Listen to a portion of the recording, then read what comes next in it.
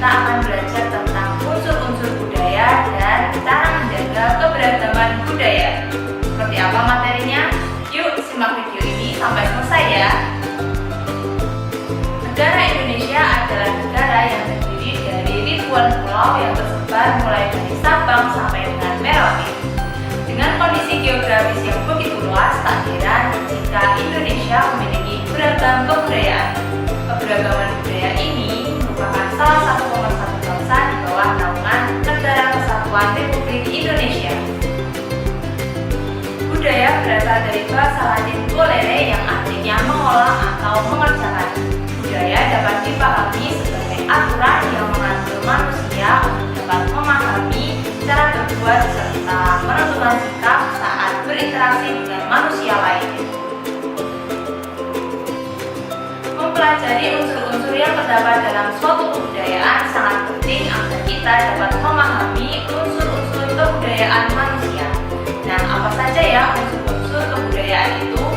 Yuk kita simak penjelasan berikut ini. Sistem kebudayaan dibagi menjadi 7 unsur kebudayaan universal atau kultural universal.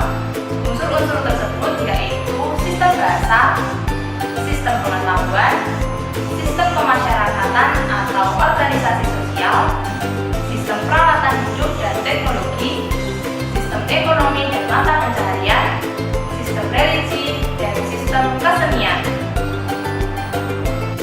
Yang pertama adalah sistem bahasa. Bahasa merupakan alat komunikasi manusia. Hampir semua suku di Indonesia mempunyai bahasa daerah masing-masing. Perbedaan bahasa tersebut kemudian disatukan dengan bahasa Indonesia sebagai bahasa nasional. Yang kedua adalah sistem pengetahuan. Sistem pengetahuan sangat luas batasnya karena mencakup pengetahuan manusia tentang berbagai unsur yang digunakan dalam kehidupannya. Sistem pengetahuan ini dapat diperoleh dari pendidikan atau penyebaran informasi dalam masyarakat luas. Yang ketiga adalah sistem kemasyarakatan atau organisasi sosial. Kehidupan tiap kelompok masyarakat diatur oleh adat istiadat dan aturan-aturan mengenai berbagai macam kesatuan di dalam lingkungan di mana dia hidup dan bergaul dari hari ke hari. Interaksi antar manusia tersebut menghasilkan pengorganisasian yang disepakati oleh anggota masyarakat. Yang keempat, sistem peralatan hidup dan teknologi. Dalam melangsungkan hidupnya, manusia membutuhkan berbagai perlengkapan untuk mempermudah kehidupannya. Selanjutnya, berbagai peralatan dari yang sederhana sampai modern diciptakan untuk memenuhi kebutuhan manusia. Yang kelima adalah sistem ekonomi atau mata pencaharian. Sistem ekonomi disebut juga sebagai mata pencaharian. Dalam sistem ini, manusia memenuhi kebutuhan mulai dari produksi, distribusi, dan konsumsi. Sejauh ini terdapat 5 jenis mata pencaharian yang tertua, yaitu berburu dan meramu, beternak, bercocok tanam di ladang, menangkap ikan,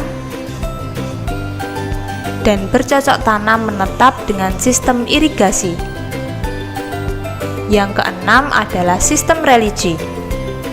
Kepercayaan terhadap dewa-dewa, animisme, dinamisme, dan kepercayaan terhadap Tuhan Yang Maha Esa adalah bukti unsur religi dalam kebudayaan. Dalam setiap kebudayaan akan ditemukan unsur ini walaupun dalam bentuk yang berbeda. Yang terakhir adalah sistem kesenian.